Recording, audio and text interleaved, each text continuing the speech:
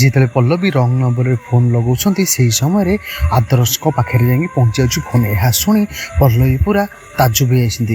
ଆଜି ଯେତେବେଳେ ଗୌରବ ଆଦର୍ଶକୁ କହୁଛନ୍ତି ଆଦବି ତୋତେ ଆଜି ଗୋଟେ ଗିଫ୍ଟ ମାଗିଥିଲା।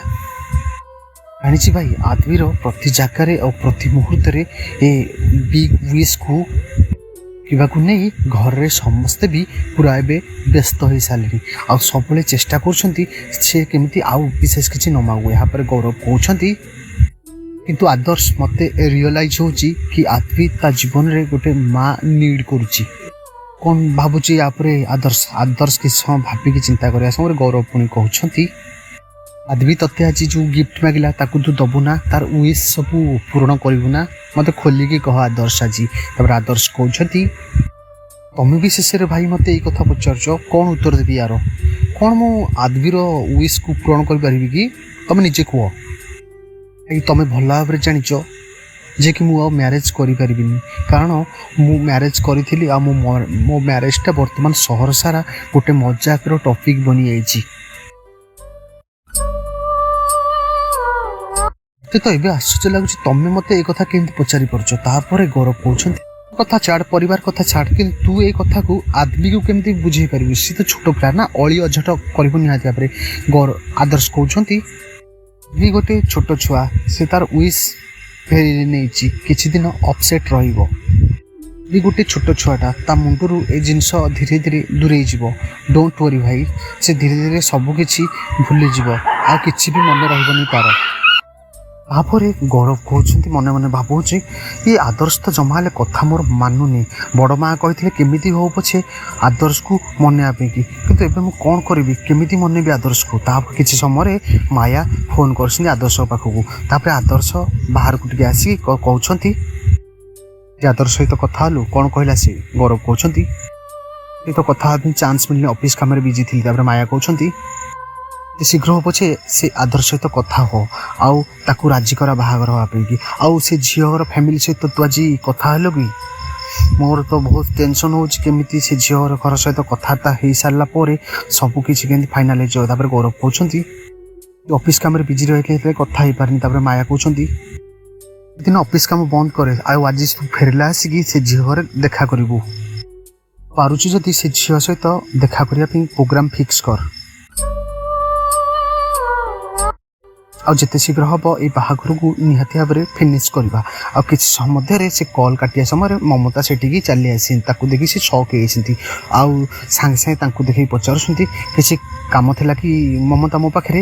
ତାପରେ ମମତା କହୁଛନ୍ତି ଅପା, ମୁଁ ଆଜି ତନ୍ମୟ ଆଉ ଆଦବିକୁ ସବୁ କଥା ବୁଝେଇଦେବି। ତାପରେ ମାୟା କହୁଛନ୍ତି ତମେ ଜାଣିଥିଲ ତମେ ଯାହା କରୁଛ ସବୁ ଆଦର୍ଶର ମଙ୍ଗଳ ପାଇଁକି, ଆଉ ମୁଁ ଜାଣିଥିଲି ତମେ ଏସବୁ କଥା ନିହାତି ଭାବରେ ବୁଝିଯିବ, କାରଣ ତମେ ହେଉଛ ଜଣେ ବୁଦ୍ଧିମତୀ ସ୍ତ୍ରୀ ଲୋକ, ଆଉ ସବୁ କିଛି କଥା ଭଲ ଭାବରେ ବୁଝିପାରିବ। ତାପରେ ମମତା କହୁଛନ୍ତି ହରି ଅପା ମୋତେ କ୍ଷମା କରିଦେବେ, ମୁଁ ତମକୁ ଅନ୍ଧାର ଭିତରେ ରଖିକି ମୋ କାମକୁ ହାସଲ କରିବାକୁ ପଡ଼ିବ, କାରଣ ମୁଁ ପଛକୁ ଆଉ ଜମା ହଟି ପାରିବିନି। ତାପରେ ଗୌରବ କହୁଛନ୍ତି ଟପ୍ ଷ୍ଟେସନ୍ ବାହାନା କରିକି ରହିଯିବାକୁ ପଡ଼ିବ, ମାମାକୁ ସେ କଥା କହିଦେବି, ମୁଁ ସେଇ ଝିଅ ଘରକୁ ଯାଇପାରିବିନି।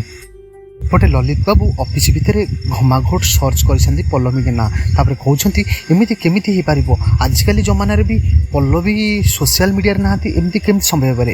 ଏଇ ସମୟରେ ରାଜ ସେଟାକୁ ଆସୁଛନ୍ତି ହେରି। ଘରକୁ ଯିବେନି? ରାତି 8ଟା ବାଜିଗଲାଣି ପରା, ଚାଲନ୍ତୁ ଘରକୁ। ତାପରେ ସାଙ୍ଗେ ସାଙ୍ଗେ ଅଙ୍କଲ କହୁଛନ୍ତି, ଲଲିତ ବାବୁ କହୁଛନ୍ତି ମୁଁ ପଲ୍ଲବୀକି ଅଟକାଇବା ପାଇଁ ଗୋଟେ ପ୍ଲାନ୍ କରିଦେଲି। ପଲ୍ଲବୀ ଏଠି ରହିବାକୁ ଚାହୁଁନାହାନ୍ତି, ତମେ କାହିଁ ତା ପଛରେ ପଡ଼ିଛ? ତାପରେ ଅଙ୍କଲ କହୁଛନ୍ତି ପଲ୍ଲବୀକି ଭଲ ପାଉଛୁ, ତାପରେ ଏତେ ଜଲ୍ଦି ତାକୁ ଛାଡ଼ି ଦେଉଛୁ?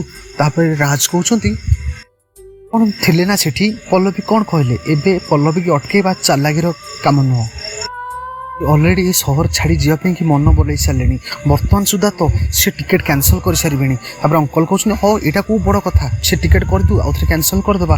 ତାପରେ ରାଜ କହୁଛନ୍ତି ଏଇଟା କେମିତି ସମ୍ଭବ ହେଇପାରେ, ଏଇଟା ତ ଜମା ସମ୍ଭବ ନୁହେଁ, ଏତେ ଜଲ୍ଦି ଟିକେଟ୍ ମାନେ ଓପନ୍ କରିକି ତାପରେ କ୍ୟାନସଲ୍ କରିବା କଦାପି ହେଲେ ସହଜ କଥା ନୁହେଁ, ସେଇଥିଲାଗି ଏବେ ଆପଣ ପୁନଃ ଭାବରେ ଚେଷ୍ଟା କରନ୍ତୁ। ଲଲିତ ବାବୁ କହୁଛନ୍ତି କିଛି ତ ଗୋଟେ ବଡ଼ ରହସ୍ୟ ଅଛି ଯାହାକି ସେମାନେ ଆମକୁ ମନ ଭିତରେ ନ ଖୋଲେଇକି କହିକି ଲୁଚଉଛନ୍ତି। ରାଜ କହୁଛନ୍ତି ସୋସିଆଲ ମିଡ଼ିଆରେ ନିଜକୁ ଦର୍ଶାଇବାକୁ ଚାହୁଁନାହାନ୍ତି, ଡାଡ୍ ତାଙ୍କୁ ପ୍ରାଇଭେସିକି ସିକ୍ୟୁର ରଖିବା ଦରକାର। ଏହା କହିକି ରାଜ ଯେତେବେଳେ ଚାଲି ଯାଇଛନ୍ତି, ଆଉ ସେହି ସମୟରେ ଖୁରାପାତି ଦିମାଗରେ ଅଙ୍କଲଙ୍କର ଭାବୁଛନ୍ତି ପଲ୍ଲବୀଙ୍କର ପାଷ୍ଟକୁ ମୋତେ ଜାଣିବାକୁ ପଡ଼ିବ ଆଉ ଏଥିପାଇଁ ମୋତେ ସାହାଯ୍ୟ କରିବ ଗୋଟେ ଲୋକ ଆଉ ସେ ହେଉଛି ମୁନମୁନ ସାହାଯ୍ୟରେ ମୁଁ ସବୁ କିଛି ହାସଲ କରିପାରିବି। ଏପଟେ ମୁନମୁନ ଯେତେବେଳେ ବେଡ୍ ଉପରେ ଶୋଇଛନ୍ତି ସେହି ସମୟରେ ପଲ୍ଲବୀ କହୁଛନ୍ତି ମୁନମୁନ ଠିକ୍ କଥା କହୁଥିଲା, ମୁଁ ଆସନ୍ତାକାଲି ସକାଳୁ ଯାଇ ଲଲିତ ସାର୍ ଏବଂ ଯାହାକି ରାଜଙ୍କ ସହିତ ଯାଇ କଥାବାର୍ତ୍ତା ହେଇଯିବି। ଆଉ ମନ ଡାକିଲାନି ସାଙ୍ଗେ ସାଙ୍ଗେ ଫୋନ୍ ଲଗାଇ ଦେଉଛନ୍ତି ପଲ୍ଲବୀ। ଆଜି ଯେତେବେଳେ ଫୋନ୍ ଲଗାଇ ଦେଉଛନ୍ତି ସେଠୁ ଆଦର୍ଶ ସାଙ୍ଗେ ସାଙ୍ଗେ ଫୋନ୍ ରିସିଭ୍ କରୁଛନ୍ତି। ଆଉ ଯେତେବେଳେ ହାଲୋ ହାଲୋ ଶୁଣୁଛନ୍ତି ତାଙ୍କର କଥାରୁ ଲାଷ୍ଟକୁ ଆଦର୍ଶ କହିଦେଉଛନ୍ତି ହାଲୋ ପଲ୍ଲବୀ। ଏତିକି କହିବା ପରେ ତାଜୁବ ହେଇଛନ୍ତି ପଲ୍ଲବୀ ଆଉ ତାପରେ କାନ୍ଥରେ ପୁରା ବାଜି ହେଇକି କହୁଛନ୍ତି ସେ ମୋର ଆଦର୍ଶଙ୍କ କଥା ଏତେ କାହିଁ ମନେ ପଡ଼ୁଛି, ସେ ତ ମଧୁର ସ୍ମୃତି, ସେଥିଲାଗି ତାଙ୍କ କଥା ମୋତେ ମନେ ପଡ଼ୁଛି।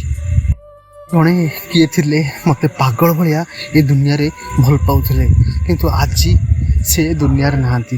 ମୋତେ କିଏ ଭଲ ପାଇବାର ପରିଭାବନା ଶିଖାଉନାହାନ୍ତି। କ'ଣ କରିପାରିବି, ମୋର ବହୁତ ଇଚ୍ଛା ହେଉଛି। ଆଜି ଯେଉଁଭଳିଆ ଭାବରେ ସାଙ୍ଗେ ସାଙ୍ଗେ ମାୟାଙ୍କ କଥାରେ ଆସିକି ଗୌରବ ବୁଝାଇଲେ ଆସିକି ଆଦର୍ଶକୁ କି ଆଉ ଗୋଟେ ବାହା ହେବା ପାଇଁକି ତାଙ୍କ ମନ ଆଦର୍ଶଙ୍କର ମନ ତ ନିହାତି ଭାବରେ ପଲ୍ଲବୀ ପାଇଁକି। ପଲ୍ଲବୀ ଯେହେତୁ ହଜି ଯାଇଛନ୍ତି କିମ୍ବା ନିରୁଦ୍ଦିଷ୍ଟ ହେଇଯାଇଛନ୍ତି ତ ସେଇଥିଲାଗି ଭାବରେ ସେ କେମିତି ମନା କରିପାରିବେ, କେମିତି ହଁ କରିପାରିବେ ମ୍ୟାରେଜ୍ କରିବା ପାଇଁ, ସେଇଟା ସମ୍ଭବ ନୁହେଁ। ଇଏ ଗୋଟେ ପଏଣ୍ଟ ଗଲା। ଦ୍ୱିତୀୟ ପଏଣ୍ଟରେ ଯେତେବେଳେ ତମର ରାଜଙ୍କର ବାପା ଯିଏ ସାଙ୍ଗେ ସାଙ୍ଗେ ଫୋନ୍ କରିଛନ୍ତି ଯେ ଏଇଭଳିଆ ଭାବେ ଏକ୍ସପ୍ଲୋର କରିବା ପାଇଁକି, ତ ସେଇଟା ଯେଉଁ ଏକ୍ସପ୍ଲୋର କଲା ଆସିକି ସିଏ ସହଜରେ ଜାଣିପାରୁନାହାନ୍ତି। ତ ଲଲିତ ଅଙ୍କଲ ସେ ତ ଜାଣିପାରୁନାହାନ୍ତି। ତା ସହିତ ଆଉ ଜଣେ ହେଉଛନ୍ତି ସିଏ ହେଉଛନ୍ତି ସାଙ୍ଗେ ସାଙ୍ଗେ ଫୋନ୍ ଲଗାଇଲେ ଆଦର୍ଶ। ଆଚ୍ଛା ପଲ୍ଲବୀ ଫୋନ୍ ଲଗାଇଲେ ଲାଗିଲା ଆସିକି ରଙ୍ଗ ନମ୍ବରରେ ଲାଗିଲା ଆଦର୍ଶଙ୍କ ପାଖରେ। ଏଇଠି କ'ଣ ଲାଗୁଛି ଆପଣମାନଙ୍କୁ ସାଙ୍ଗମାନେ ମୋତେ କହିଲେ, ଗୋଟେ ପଏଣ୍ଟ ମୋତେ କୁହନ୍ତୁ। ସେ ଜିନିଷଟା ପ୍ରକୃତରେ କ'ଣ? ଦୁଇ ଜଣ ଆଗ ତ ପୁରା ଏକାଥରକରେ ଅଲଗା ପ୍ରକାର ପୁରା ସକ୍ ହେଇକି ରହିଛନ୍ତି। ୟାଙ୍କ ପାଖକୁ ରଙ୍ଗ ନମ୍ବରରେ ଫୋନ୍ ଆସିଛି, ପଲ୍ଲବୀ ବି ଭାବୁଛନ୍ତି ଯେ ଆଦର୍ଶ ଏଇ ଦୁନିଆରେ ହିଁ ନାହାନ୍ତି। ଏଇଭଳିଆ ଭାବରେ ଆପଣମାନଙ୍କୁ କ'ଣ ଲାଗୁଛି ନିହାତି ଭାବରେ ମୋତେ କହିବେ। ମୋତେ ଲାଗୁଛି ବଡ଼ କିଛି ଟୁଇଷ୍ଟ ଆସିବାର ଅଛି। ଆଦର୍ଶ ଅଲଗା ପ୍ରକାର କିଛି ଗୋଟେ ଏଣ୍ଟ୍ରି କରିବେ ଆଉ ଯେଉଁଟାକି ପଲ୍ଲବୀ ସବୁବେଳେ ପାଇଁକି ଅଲଗା ରାସ୍ତାକୁ ଯାଉଛନ୍ତି, ରାଜକୁ ଆଡ଼ିକି ଆଡ଼ଉଛନ୍ତି ମୁନମୁନଙ୍କ କଥାରେ। ମୁନମୁନି ମଧ୍ୟସ୍ଥି ହେଇଛନ୍ତି ତ ସେଇ କଥାରେ ତାଙ୍କ କଥାରେ ପଡ଼ିକି ସେ ତାଙ୍କ ପଟକୁ ଢଳୁଛନ୍ତି। ମୋତେ ଲାଗୁଛି ଆଜିଠାରୁ କିଛି ମାତ୍ରାରେ ଚେଞ୍ଜେସ୍ ଆସିବ, କିଛି ମାତ୍ରାରେ ଗୋଟେ ଅଲଗା ପ୍ରକାର ମୁଭମେଣ୍ଟ ଆସିବ। ସେଇଟାକୁ ଆମେ ଦେଖିବାର ଅଛି। ଆଉ ସେଇ ଜିନିଷ ଯେତେବେଳେ ଆମେ ଦେଖିପାରିବା ତ ନିହାତି ଭାବରେ ଟୁଇଷ୍ଟଟା କ'ଣ ସେଇଟା ବି ଆମେ ଏକ୍ସପ୍ଲୋର ଆରାମସେ କରିପାରିବା। ଆଜିର ଭିଡ଼ିଓଟି ଭଲ ଲାଗୁଥିଲେ ଗୋଟେ ଲାଇକ୍ ଦେବେ, ଚ୍ୟାନେଲକୁ ସବସ୍କ୍ରାଇବ୍ କରିବା ପାଇଁ ଅନୁରୋଧ କରୁଛି।